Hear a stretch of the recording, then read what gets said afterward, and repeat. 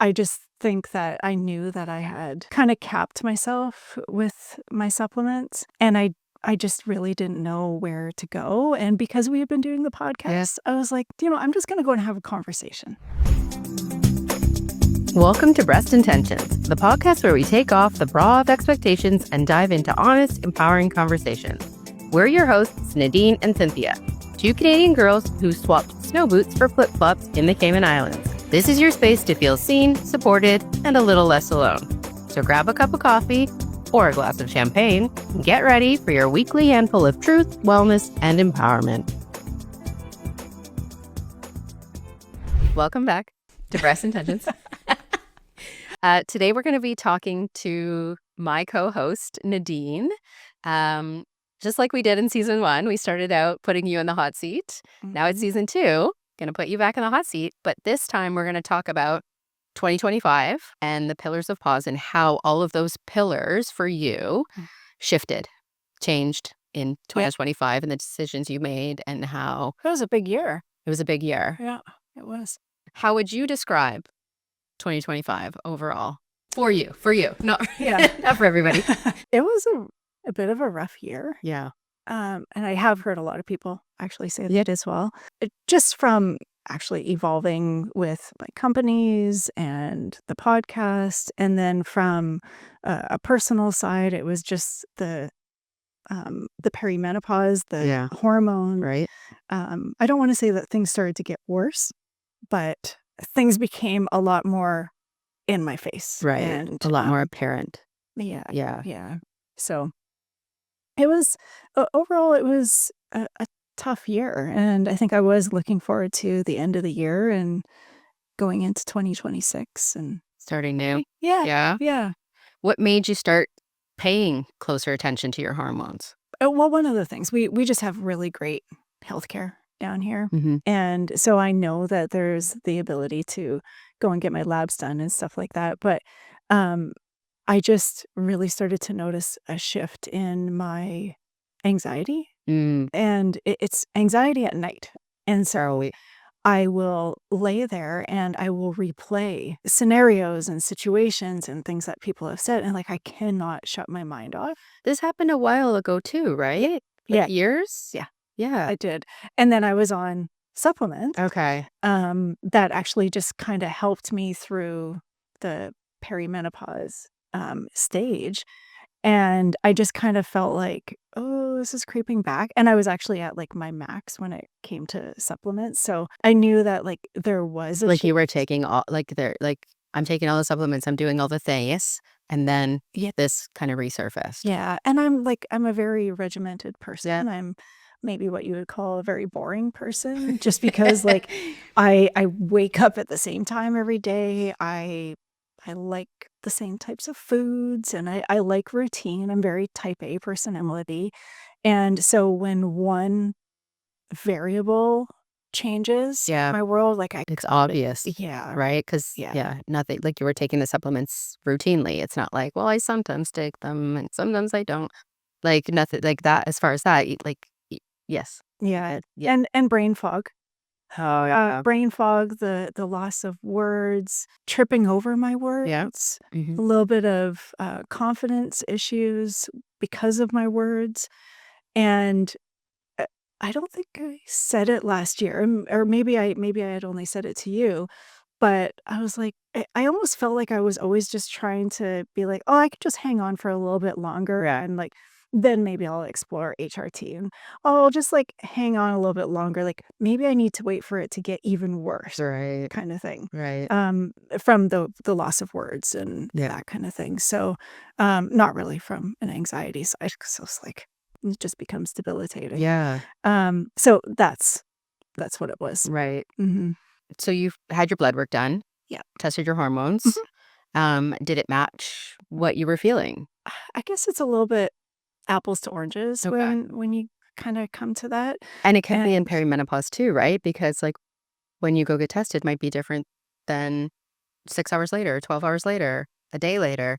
Because of the kind of roller coastery kind of fluctuations. Kind of going back to my type A personality and that kind of thing, which probably also annoys doctors, is I get my hormones tested on day 21 of my cycle. Oh, okay. So Um, you have proactively done this just for years? Always. Okay. Yeah, I would always get my hormones tested, like, at least twice a year, maybe 3 times. Oh, I good don't for go you. more than that. Okay. Yeah. But my Aura Ring, Ah, I can actually see, so if anyone is an Aura Ring wearer, um, if you track your body temperature, the first 2 weeks, and it's like clockwork, the first 2 weeks of my cycle, my body temperature is low. right. And then on pretty much day 14 for me, my body temperature changes, Okay. and then I go above baseline for 2 weeks, and then I go down, Oh, whoopsies, oh, and then I go up, and then I go down. right. And so that day that it goes up, I always know is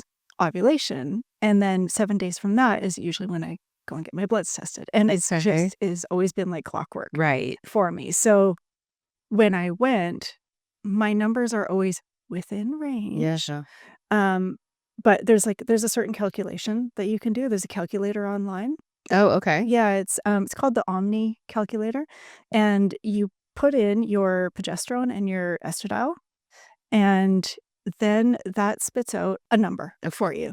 And anything below 100 is estrogen dominance. Anywhere between 100 and 500 is normal, and then anything above 500 is progesterone dominance. Okay. And when I put those numbers in, even though they're normal, Yeah. it was putting me in the estrogen dominance side. Okay. So So from progesterone was low. it's like both of them on the scale, if you were looking estrogen, and I'll probably get this wrong, but estrogen on the scale, it was always normal, but let's say it's too high. Like it is normal high. Yeah. And then the progesterone on the scale is still normal, Right. but it's more on like the lower end. Right. So it makes them too far apart. Okay. Yeah. And so anyways, So I you did that. You did those calculations yourself based on your lab results. Yep. Okay. Yeah. And it was one of the things that I've always just kind of looked at and Yeah. kind of known. But over last year, the 2 times that I had my labs done, I was significantly dropping Okay. in both of them. Yeah. So it's great that you had done that Yes. for years so that you could, because Yeah. somebody else might just go, okay, that's what the number is, and not realize that it had been Well, and a drop. I think a lot of people, Yeah. whether they get that from the doctor of like, "Oh, no, no, you're fine. Uh-huh. You're normal." Normal. Yeah. Um, but I probably have been getting my labs done since I was in my 30s, like Have you? mid-30s. Yeah. So, When they just do like regular lab work, mhm. do they always test your hormones, or you have to ask for that? You have to ask for a hormone panel. Okay. Yeah. And that can also be the tricky thing Yeah. too, when Knowing what to ask for or what to. yeah, or when you actually got it done. Because if you're just rocking up Yeah. and Yeah. you get your hormones and you know what, and there's gonna be a lot of people that like sometimes doctors don't really agree with that. But the majority of doctors I've come in contact with, they like to do a day 21 or a day 3.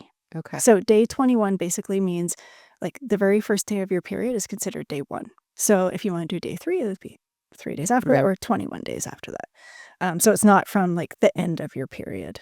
Right. Yeah.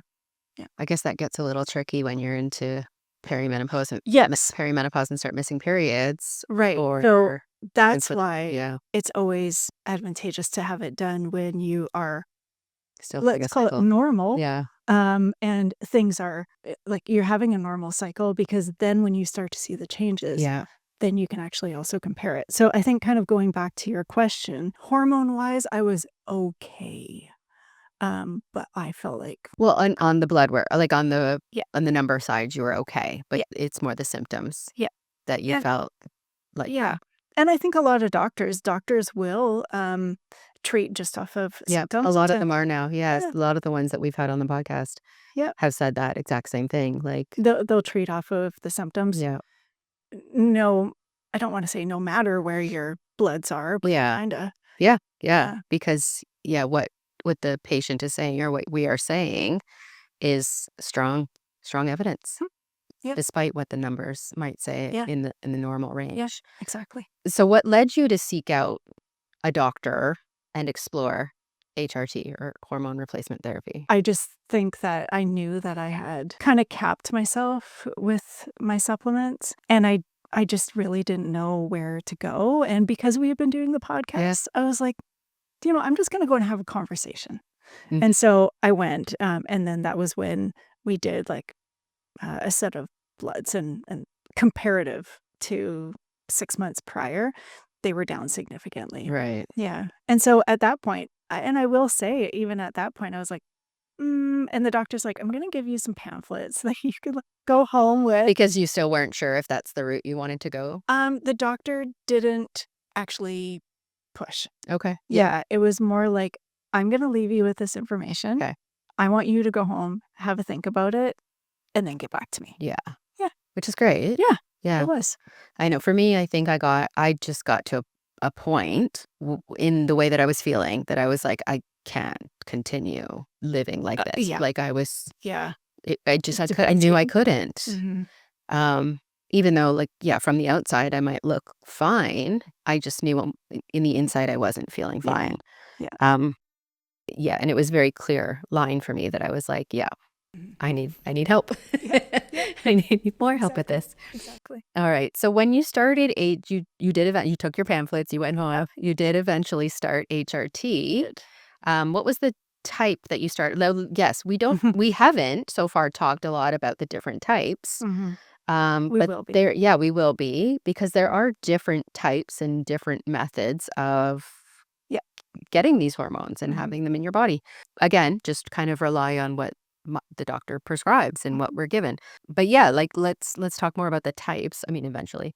Yeah. But what was the type that you started with? Yeah, so I started with the sequential. Yeah, it's called sequential patch, which is an estrogen and progesterone patch, and then testosterone gel.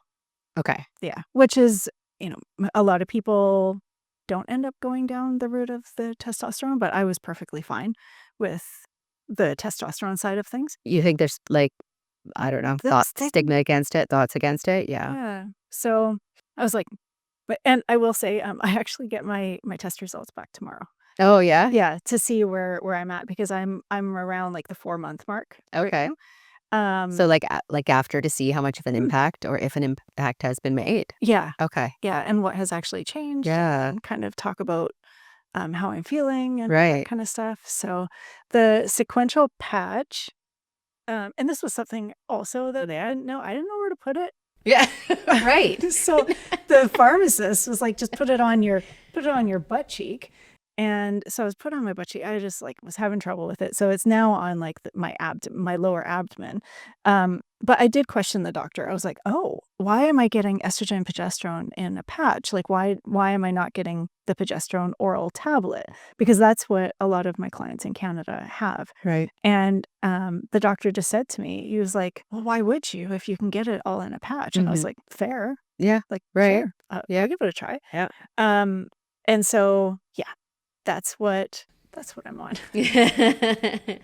Okay. So Was on, sorry. That's what you were on. Yeah. And what you struggled initially with the progesterone. Yeah. What did that experience feel like in your body? Initially, like, it wasn't like all of a sudden overnight, Okay. but pretty quick, Mm. like within I guess a week. So Okay. in a way you could say Yeah, it was wow. overnight. My sleep was awful. And historically, you have had great sleep. Yes. Yeah. Yeah. And I do have to put a lot of that into the supplements that I was on. So the supplement that I was on was a progesterone balancer. I think that's how it's put, because it's not progesterone. It's a progesterone balancer. It's like a hormone balancing supplement, Okay. but it's not HRT or anything. Right. Yeah.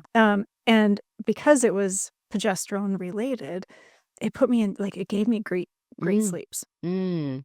And Before starting HRT. Yeah. Yeah. And obviously when I started HRT, I got rid of the Oh, okay. supplements. Yeah. I didn't want You to did. try Yeah. do two things. I had No. no idea. So I got rid of those, and then just like really, really gave it an honest effort. And I was like, oh my God, my eye was twitching. You know, when you get really, really tired and your eye starts twitching? Yeah. That's how tired I was. My sleep was just really, really light.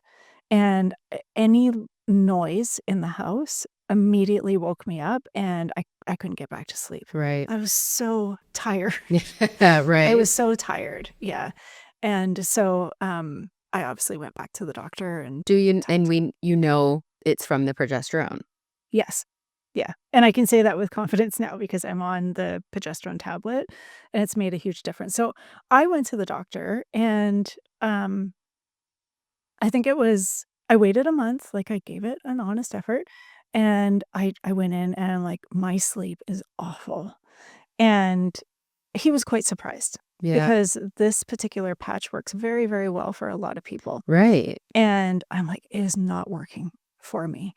And, so he asked me, he's like, "I just want you to give it 3 months. Like, I want you to see this through Mm-hmm. to, like, give it some time kind of thing. Yeah. We're only on a month." And Right. obviously the progesterone is only, the last 2 weeks. So I hadn't really gone What through, do you like mean the progesterone is only the last 2 weeks? so, the patches that Yeah. you wear, well, I change my patches twice a week. Yeah. And so the last 2 weeks of the month are progesterone. The Oh, first yours are 2 different. Yeah. Oh, So the first 2 weeks are just estrogen, and then okay. the second 2 weeks are estrogen and progesterone. Yeah. Okay. So it kinda mimics, like, the same as your body. Yeah, right. Okay. Yeah.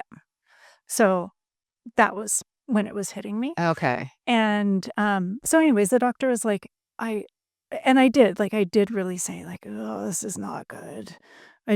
I'm really, really struggling." And so anyways, we came to an agreement that I was gonna give it the full 3 months. Mhm. And I get it. I'm a coach. I'm in the industry. Like, if a client were to say to me within the first month, "This isn't working," Yeah, yeah. you have to give it Right. more time.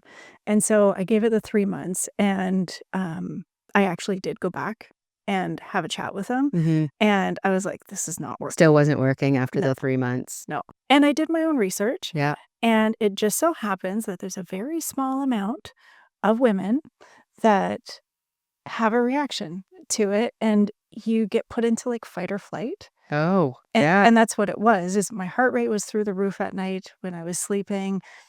Just I just didn't really feel the greatest at Yeah. all. So, anyways, we ended up moving on to the oral tablet, and now I'm just on an estrogen patch fully and the testosterone.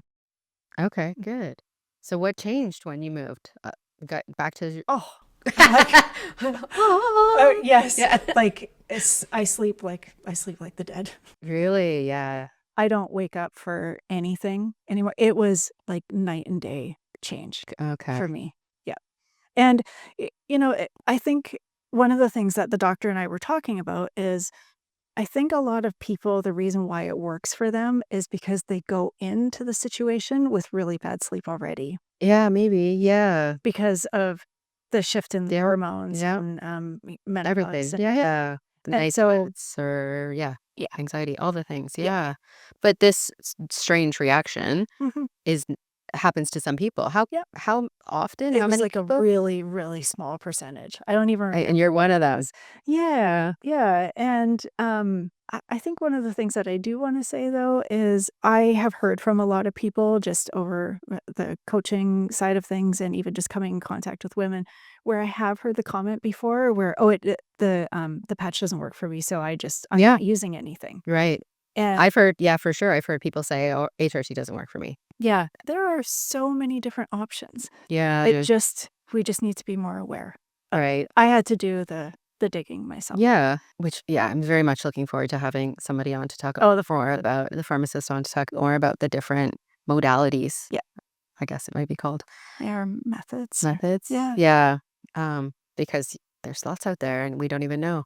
But also there might be, I mean, not a doctor, but there might be the people who only give it that month or less Mhm. and go, forget it, it's not working for me and give it up. But if they did give the 3 months, like you weren't one of them where the 3 months, it was, yes, this is the best thing ever.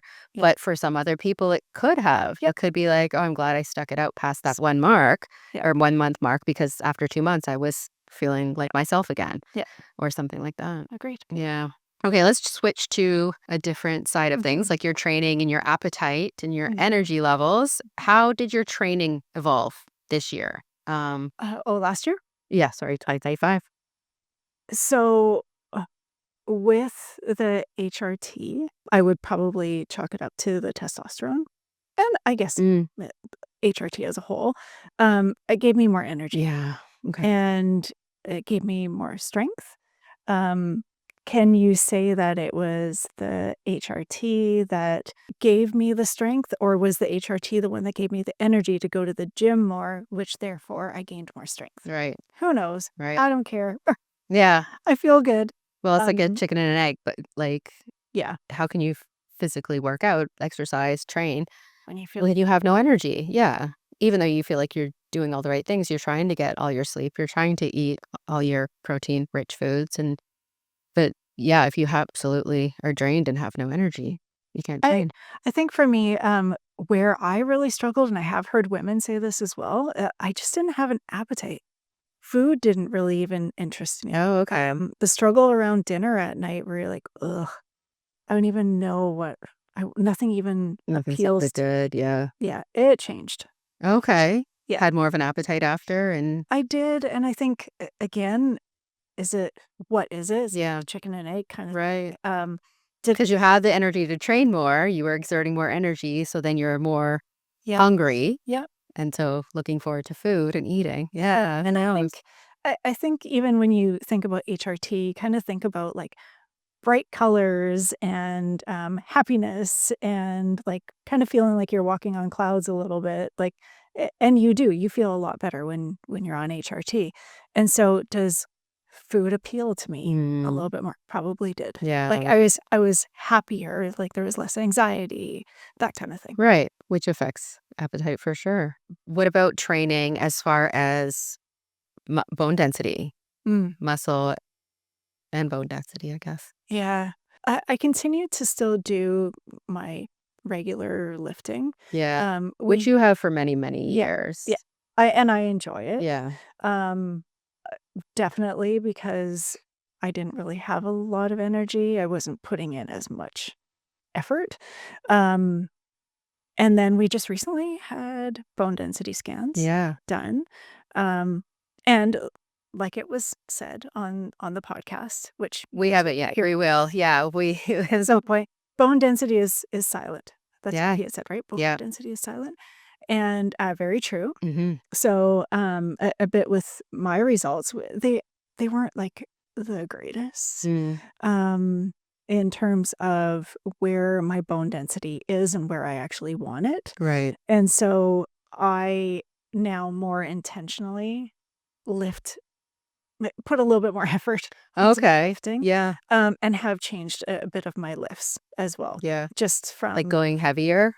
yeah, yeah. So in a way, like, it just gave me a little bit of a boost Yeah. to put in a little bit more effort, Okay. and I actually just started yoga. Did you? Yep. What do you think? I went in and I told the girls, I was like, "So, I've never done yoga before," and they're like, "Oh, yeah, yeah, it's fine, if you want, like, go to the back or whatever, so I just feel a bit more comfortable," and I was like, "Yeah, I will." And then, I finished my first class, and I walk out, and I don't think that they believed me that I've never done yoga before. Like, I have never done yoga before. Ever? Not even oh, okay. No, maybe Yeah. to do as, like, a fundraiser, Right, right, but right. no, no, and, it's very humbling, Yeah, I know. because you watch all of these people in the class. And it doesn't look like you're doing much, like you're just Yeah. bending over or Like lifting a leg here and an arm, like, it doesn't look like it would be difficult. yeah, But yeah, it can be quite difficult. yeah, I also find because I was used to, prior to doing, like, Pilates or yoga, I was used to, like, training hard. Go, go, go, go, quicker, quicker, quicker, faster, go. yeah, Time's almost up. Get as many rubbish get. So going from that to a slow pace of yoga, yeah, I found was struggling. I struggled with, and it's like some classes, I can't remember, they're all called something different and they all focus on different things, but some of them you hold a pose for like a minute. yeah. And it's like I'm looking around going, okay, when's the next one? Come on, we gotta move on. Oh, So for me, that slow part kind of was and like quieting. yeah, when I first started doing yoga, I don't do it often, but it's yeah, probably should again. But when I first started doing it and I found it difficult, I just kept telling myself, then it's something you should do. Yes. Exactly. right? It's something you should do if you're finding it challenging, if you're finding it difficult, Yeah. and not just going, "Oh, it's not for me." Yeah. Um, Oh, for sure. yeah. Yeah. So I committed for a year. Ah, very And good. yeah, yeah, and I'm gonna do it. So I do, I don't know, like 2 classes a week. Yeah, which is It's hard great. because you still have to fit in Yeah. your strength training Yeah, for sure. and, like, Yeah. and stuff like that. So, yeah, I do that. Cool. Yeah, yeah, I do yoga. Yeah. Well, and there's so many different classes too that you could find the ones that really speak to you, Yeah. and Yeah. go with it. Oh, that's exciting. Uh, so now with all those changes, and now that you're feeling pretty good with Yeah. the HRT all sorted out, and you're feeling much better, what are you looking forward to for Mm. 2026? Still learning a lot about my body Mhm. because I know that, like, I'm just at the very beginning of the HRT side of things. I'm curious to know, like, what's gonna happen over the course of the year. Like, does it change? Does it need to go higher? Right. Um, am I gonna start losing my period? Like, I don't know. Right. I have no idea. Like, I don't know what stage Yes. I'm in. Right. And, what else am I looking forward to? Well, and there's no way to know. Like perimenopause is just gonna happen, and Yeah. sometimes it's a year, sometimes it's 5 years, sometimes it's 10 years. Yeah. You don't know, Yeah. Yeah. which And is interesting. it's true. Hmm. What else am I from? Probably more so from an exercise side. Like, I think my number 1 goal this year is to gain muscle. Hmm. Um, and I am gonna go back and get another bone Yeah. density So gain. gaining muscle, which will then help to improve your bone density, and then yeah, go get rescanned and see. Yeah, because one of the things that came up, like, I shared it with a couple of people, and I shared it with a client of mine, and, she was saying, like, "Could you imagine what your results would be if you actually didn't lift?" Yeah. Right. And, we were talking it out a little bit, and Because we know that lifting heavy Mhm. can help with bone density. Yeah. Like, we've heard a lot about that. I don't know that we've ever talked about it specifically on the No, podcast before, probably need to. which we could, yeah. But like, obviously, it's definitely out in the social Sphere. media manosphere. Yeah. So we are aware of this. And yeah, you've been lifting heavy for decades, Yeah. really. Yeah. And that's So so then surprising when you got your bone scan results. and, trying to figure it out, but you kinda go back to I have terrible vitamin D Oh, levels, so we're right. gonna find out a bit more tomorrow, but obviously that's a huge Yeah. contributor, and I have struggled for many, many years of having low vitamin D. So to anyone that is listening, Mhm. please work on getting your vitamin D up. Yeah. And I've worked very hard, and it's been one of the things I've really struggled with. And I was in the fitness industry Yeah. for a very long time. Well, I'm still in the fitness industry, but obviously things have changed. But when I was a competitor Yeah. and when I did a lot of shooting, I was always eating in a deficit. Oh, yeah. Okay. Yeah. So, like, constantly dieting, Yes. and this isn't even for everyone that is just in the fitness side of Yeah. things. These are women who have constantly dieted all their life. Yeah. It is gonna impact. Yeah. So, I'm actually very curious to know kind of what even the Ozempic Yeah. side of things Right. is gonna do for a bone density side for people. Right. I was thinking about that the other day. Well, any type of weight loss, right? Like Yeah. any type of if you're yo-yo dieting or if you're constantly Extreme. extreme dieting, trying to, maintain that calorie deficit in order to lose weight, doesn't matter what you're taking or what diet you're following or what Yeah. trainer who's helping you. If Mhm. you are, it can have that impact Yeah. Yeah. on your bone health. Mhm. Um, yeah, we need to talk about this more. I know. Yeah. Yeah. So that's what I'm looking forward to. Yeah. Yeah, is just kinda kicking it up a little bit from a training side. So if people listening have questions for you specifically about, I guess, what you've been going through Yeah. or about, And I've been very open yeah, with the definitely. whole HRT journey, and I get a lot of people sending me messages. Yeah. And I'm glad to just have a conversation and point people in the right direction. So where can they find you for NadineDumas.com. Perfect. Instagram, Nadine Dumas. Yep. or anywhere breast interventions related, they can find you. Yeah. Sounds good. Well, thanks for chatting to us. Well, and we'll do that in another year. We're going to do this in another year. Do this in another recap. Yeah. Okay, we'll cut that part. We're gonna do it. Yes. So thank you for chatting with us about this today, because I think it's a great conversation to have, and we do want to break down some of those barriers around HRT. Yeah. I'm not saying it's the right fit for everybody, but it might be the right fit for some people. So thank you. Yeah. Thanks for joining us on Breast Intentions. We hope you felt seen, supported, and maybe had a few laughs along the way. Don't forget to share, subscribe, rate, and review us. Your support keeps the conversation alive. Follow us on social media for more insights, behind-the-scenes fun, and updates on future episodes. Got a topic you want us to dive into? We'd love to hear from you. Remember, life's too short for bad bras, toxic relationships, and kale you don't actually like. So until next time, stay bold and keep your breast intentions exactly where they belong, front and center.